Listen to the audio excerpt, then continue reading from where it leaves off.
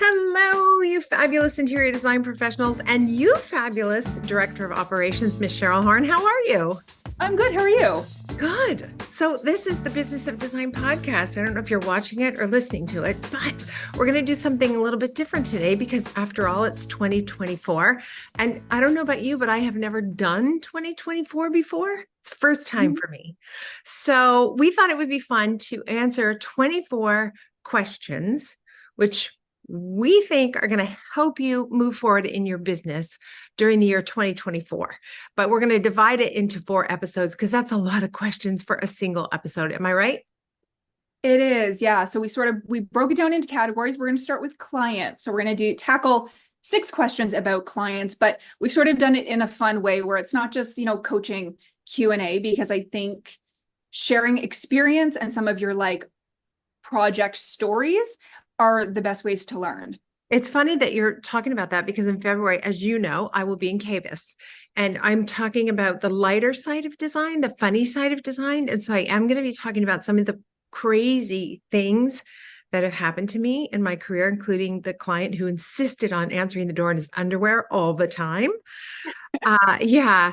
And I can't remember the other thing, but it doesn't matter. We're live, so we're just going to go with it. We're just going to go with it. It'll come back to me. Yeah.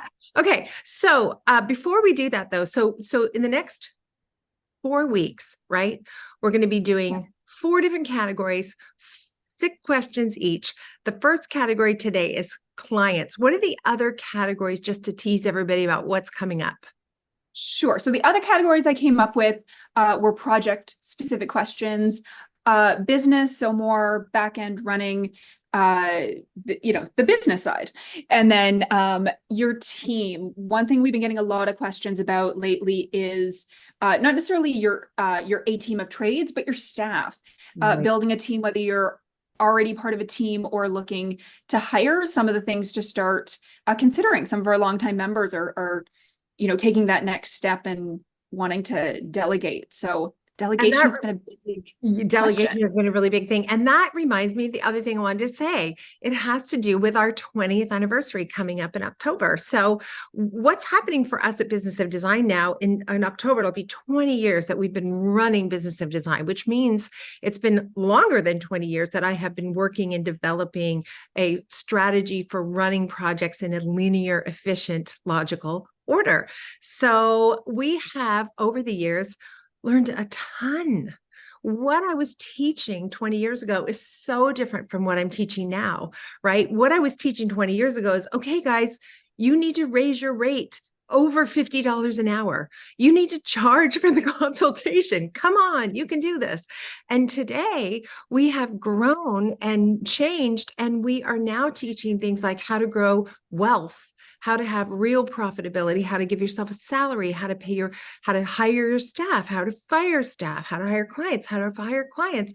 There's so much more. And so it's been a real time of reflection for us. So 2024 is kind of a good reset for me personally and for Business of Design. And that's how we came up with this idea of these 4 episodes. We're going to answer these 24 questions.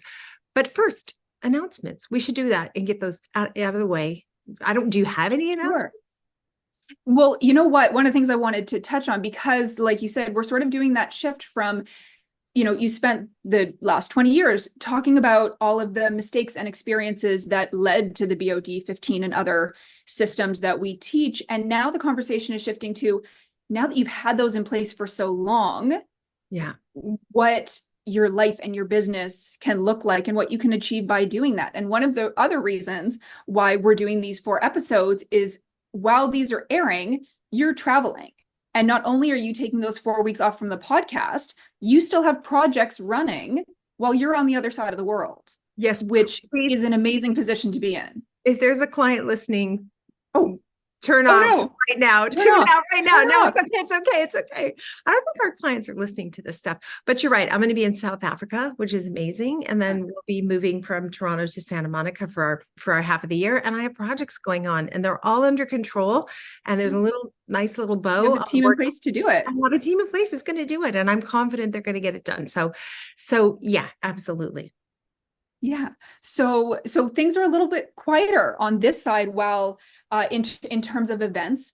But like you said, when you do come back, you'll be going to KBIS and joining a panel there to talk about the lighter side. So I know you've recently had to go through your past experience to come up with some of those examples, but you'll be sharing that. So make sure you register for KBIS and check out Kimberly's presentation if you're going to be there. I know they're celebrating 60 years. So there's a big party, I think, that follows immediately after your seminar. Oh, that's good. I'm looking forward to that. And then we will be at High Point celebrating 20 years. So mark your calendar now for High Point in October. We're having a 20th birthday party for Business of Design. It's going to be epic. You must be there. We really want you to be there. And we're going to figure out a way to make it a really special reunion because, you know, some of the people have been members for 20 years. Like we literally have people who joined us 20 years ago and are still on the train. And that's pretty exciting. And then we have new people. All right. Enough about announcements. Let's jump into the questions. What are we going to talk about today, clients? Clients, that's our topic. So I do have notes next to me because I think we both know this is not my comfort zone to be doing this. So You've been I working came a on it little bit though. prepared. But Cheryl's I also been working on that. wanted to make it, you know, to do a different spin on it and not just coaching Q&A. So I thought we would start. I know you have a lot of key lines that even so many of our members are now using.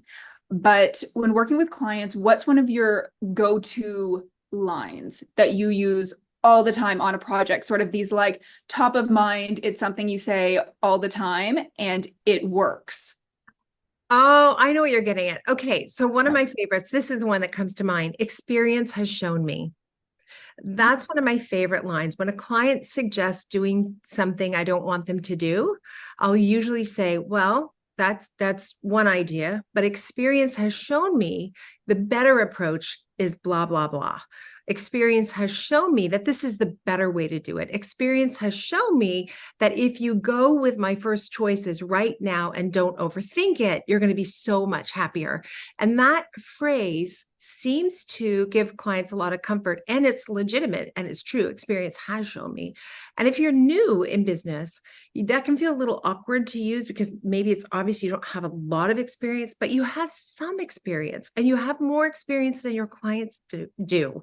So get used to using that phrase. And it also is a good stall tactic. You know how like when you see someone interviewed and they go, that's a good question. That's a stall tactic to get them an answer. It buys them time to give them an answer. So I find that experience has shown me does the same thing. I kind of take a beat and then I double down on what I want them to do. Is that And what that can be taught? Yeah, totally. Because I know you got like 10 of those in your toolbox. So, but that's a great one because it can apply to so many different situations, no matter what the conversation is, even if you're talking to trades or other suppliers, whoever it is on the project, it can just be applied to anything. Oh, I have such a good one for trades, but I won't do that one because we'll probably talk about that another day. We'll save something. We'll put something in the bank for another day. Yeah. I know that you also have that you use a lot of past client experience as examples when working with new clients. So what's one of your go-to examples that you use at the start of a project to set clients' expectations for what they're getting into working with you and the busyness of running a project? How do you set expectations at the beginning? What's your sort of go-to example to share with clients? This is so good. And it's so top of mind for me right now, because as you know, we are writing a new book for Business of Design, How to Run Your Business, and which will be followed by How to Run Projects. And it'll be everything that we've learned in 20 years condensed and tightened up and made easy for you to implement immediately. And I'm working on the contract section right now. And your question reminds me of when I'm reading the contract to my clients line by line, yes, line by line, I will often give them an example of exactly what you're talking about. So when it comes time to talk about the retainer, for example, I almost always will say, hopefully we'll never have to worry about using the retainer before the project is finished. It has happened to us that we've had to use it before when a client was arrested in the middle of the project.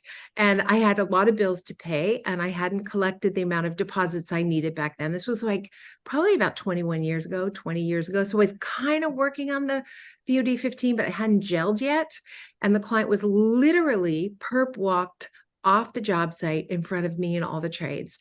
And I was so lucky I had any retainer at all, but I knew in that moment I did not have enough of a retainer.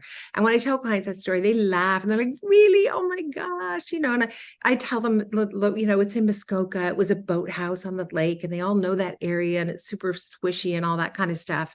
So that's one that I use all the time when I'm talking about the contract. I'll also, when we get to the section where we talk about, we do our very best to anticipate unknown or hidden variables on a project when we're renovating, but stuff happens. I'll tell them about the time we opened up the wall and found lamp cord that had been spliced together. It looked like a third grader had done the wiring, which was a total fire hazard. And everything on the job stopped. We had to get, clients, you got to come and see this. This is so dangerous. And now your project where we just wanted to do the kitchen has got to include rewiring the entire house because this is unsafe. So that's an example of what the extremes can happen when you're opening up walls and you're prepared. So I do, as I'm going through the contract, I do have multiple stories where I'm describing real life situations that have happened. And I always say this when I'm teaching: if you don't have a real life situation, use mine. Feel free to use mine. Go for it. I don't care. Give the client a real world scenario that they can go, I totally understand why you have that in your contract now. Yeah. Well, and I think those are two great ones, because I think some of the questions that I get most from members is clarifying how the retainer is used and the fact that it is not used to pay down your monthly design fees. And also, how are you able to guarantee on time, on budget, because there's so many things you don't know until you're in construction.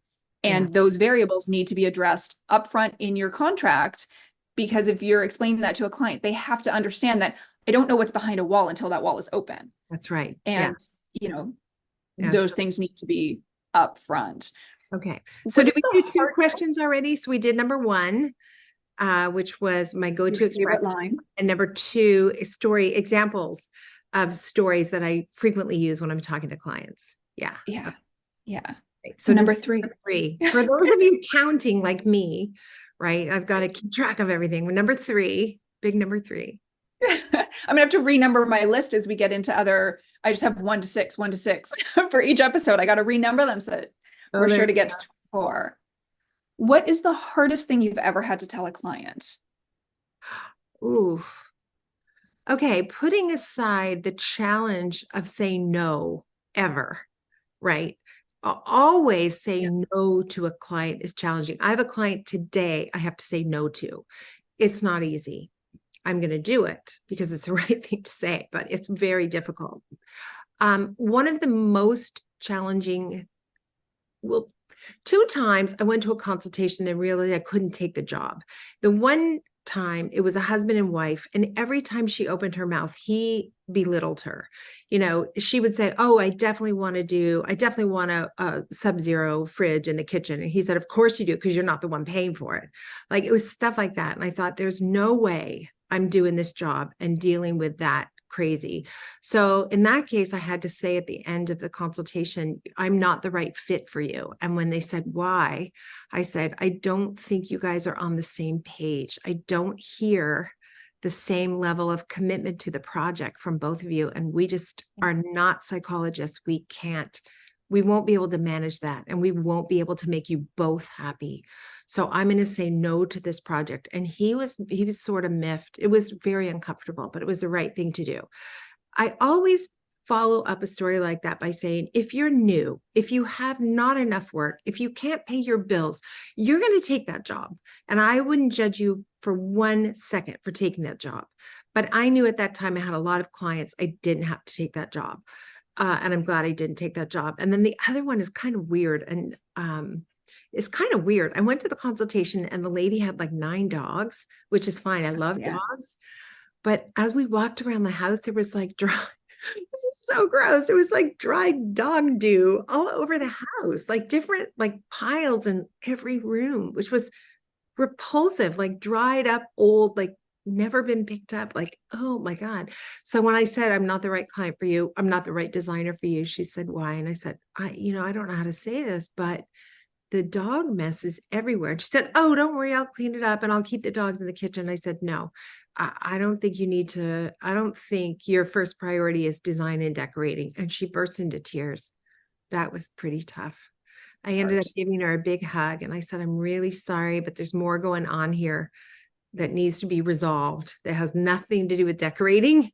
And I'm just not the right fit right now. Oh, that was horrible. I was shaking like a leaf. That was terrible. Yeah.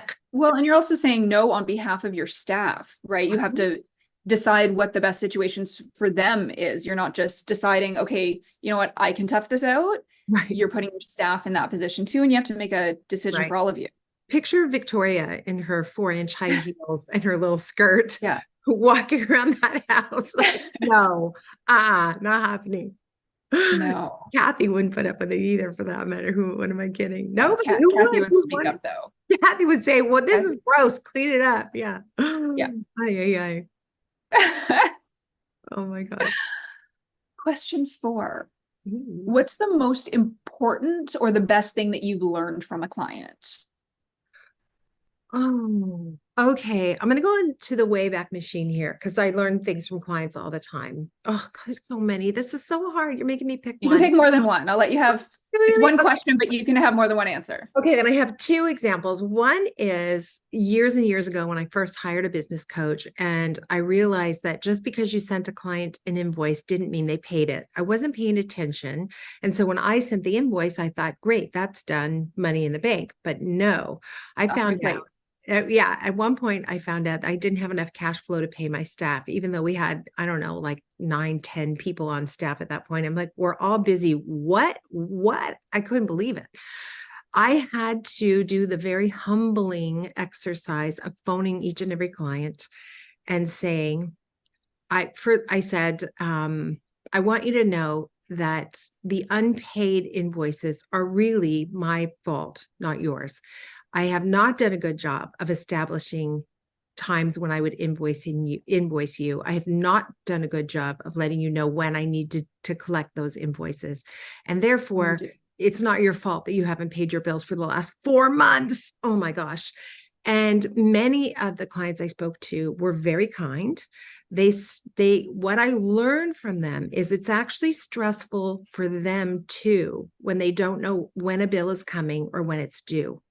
It's actually stressful for them if I don't bill them regularly and I let things pile up and pile up and pile up and pile up, and then I need a lot of money. It's actually stressful for them if I don't manage their expectations around when a bill is coming and how much it's going to be and when it's going to be due. So that was a really, really valuable lesson. I thought if I was too busy to bill a client, they wouldn't care. They'd be thrilled that they didn't have to pay yet. But actually, they just felt like bills came randomly whenever instead of with any assurance. It'd be like if your phone company just didn't bill you for 3 months and then billed you. You'd be like, wait a minute, where am I at? What did I pay? I thought I paid this. So that was a really important lesson. And then the second one has to do with deficiencies. We were a very small job, and our painter, who's wonderful, I've had the same painter since 1991, he broke this lampshade. It was a glass lampshade on a vintage lamp. It was sentimental for the clients. He broke it. It happens. I'm like, no problem. We'll just get you a new lampshade.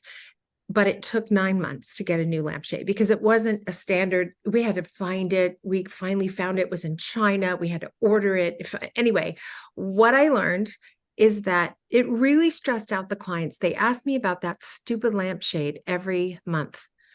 And the reason they asked me about the stupid lampshade is because I left at their house the lamp with a bare bulb and no shade.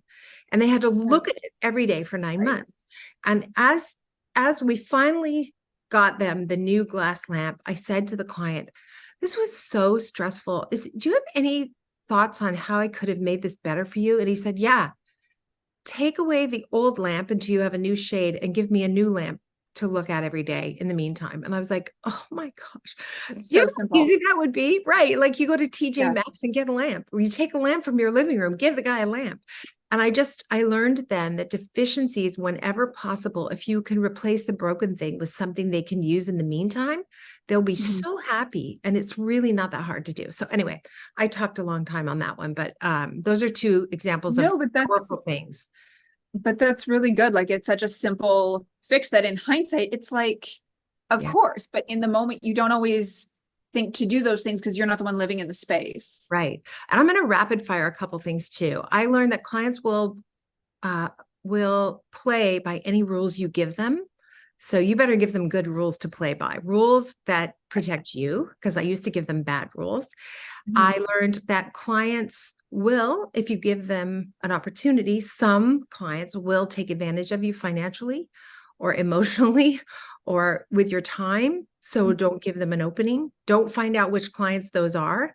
Have rules and firm boundaries. Anyway, I could go on and on about this category forever, but you still have more questions. Ooh. We still got two more. Mm. So the next one, after steps 1 and 2, the project is launched, you're moving into trade day and the rest of the steps. What's the most critical step or phase of the project to stay in touch with clients and manage their expectations? When is it that clients usually get a little bit like antsy for when things are happening or really need that touch point to understand where the project is at? Ooh, every minute of every day. That makes sense. Okay, for sure. Step 4 is so incredibly important to stay in constant contact with your clients and letting them know, because they're getting billed for all of this time, but they don't have anything to show for it yet. So there's this Yeah. moment of like, what if she's just like on vacation and not doing my job, but billing me, kind of thing. So I would say step 4 is a really important. Oh, that's my coffee maker shutting off. Don't shut off. I need you. It's like the saddest sound in my day. Can you hear it? Like it just randomly, it just goes and then it drains, and I just think, oh, coffee time is over. That's so sad. Anyway, yeah, step 4, critically important. But I would say also step 6, step 7, step 8, step 9, step 10, step 11, step 12, step 13, step 14. Yeah, those two.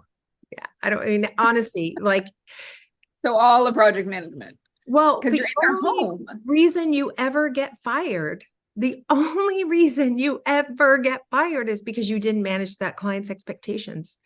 You kind of have one job, you know, you got to manage those expectations. And the contract is a really good start, but they don't remember that first meeting, when Right. you're in step 4. They don't remember that first meeting when you're step 6. So you do have to remind them how this is going to work and where you are and what step you're on and what's going to happen next. We have a rule in the office, which is if a client has to phone me and say, what's happening with the blah, blah, blah, someone's getting fired, because there's no reason a client should ever be wondering where things are at.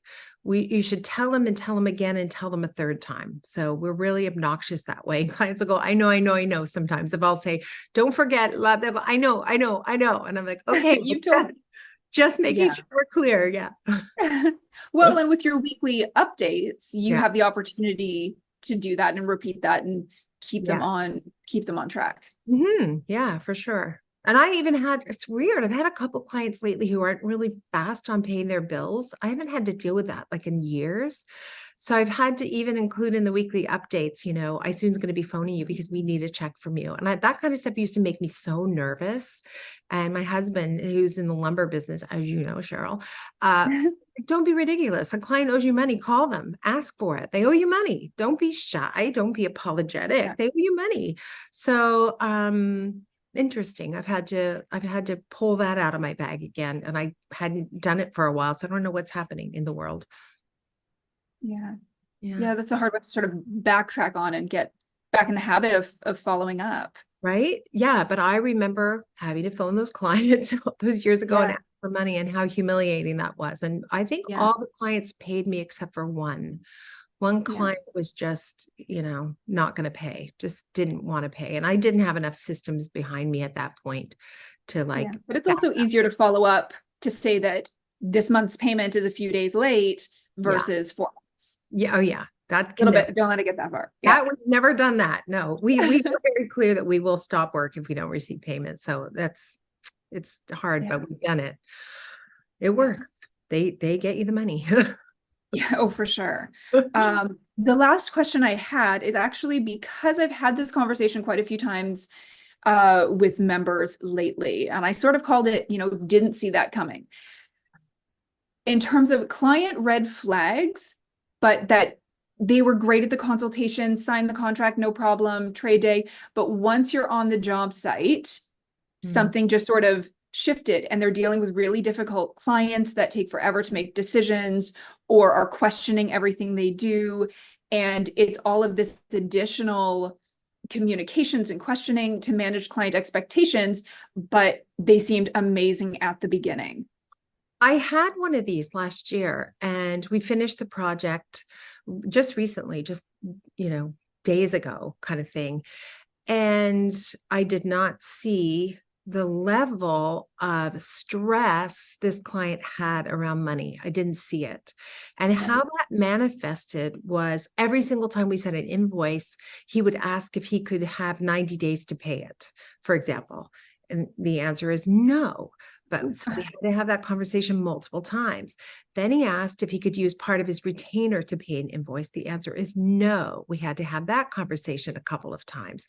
He asked if he could pick up some of the furniture so he didn't have to pay the movers fees. And the answer is no. And we had to have that conversation. I became quite nervous and uncomfortable around them. But at the end of the project, back to lovely, didn't throw a fit when I said no, wasn't happy that I wouldn't do it, but lived by the rules kind of thing. But I was walking on eggshells around this couple for the entire project, which is really a pity because at the end they couldn't have been nicer. We went over for a drink the other night just to say, how's it? How are you loving it? And they're like, we love it. And we can't wait to have you back. And I'm like, oh no, not this again. I can't I don't want to do that again, but and this is what I would say in general. The very first time a client asks you to make an exception, any exception, that is the time to say no, hard no, absolutely not. Because what used to happen for me, I'm a people pleaser, a lot of us are, I'd say, okay, just this once, I'll just do this one thing. But that just opens the door for them to ask for a million other exceptions. When you say no, hard no, usually, I just gave an example where this is true, but usually people stop asking. They'll go, okay, she's going to run it by the book. That's fine. Yeah. And I'm never apologetic about running it by the book. And I tell them, like, do you really want someone who's going to make exceptions and cut corners and, bend the rules, who's renovating your home? Do you know what that looks like inside of your home? Like, maybe I won't do a water barrier in the shower. Who cares if it leaks a little downstairs? Like, it saves a few bucks. So, I usually kind of give them an example like that and they go, okay, we get it. So, So all right. That was fun. That was 6. That was 6. That was your 6. Got it easy today. All right. So we will thank you very much, Cheryl. Thank you to all of you. We will be back next week with 6 more. And the category is projects. Oh, projects. Running your project. So there's going to be overlap between business and projects and clients. And but for the most part, I've tried to stay within the theme of, all on the job site type questions. Love it. And of course, they'll follow the BOD 15. Absolutely. And if you're not a member yet, come on. What are you waiting for? You can get all of your questions answered each month. We have a live virtual meeting and you can show up and ask anything you want and we'll help you out. And join. We need you. We want you. We love you. And Cheryl, see you. We'll do another one. Bye. Sounds good. Bye. Bye.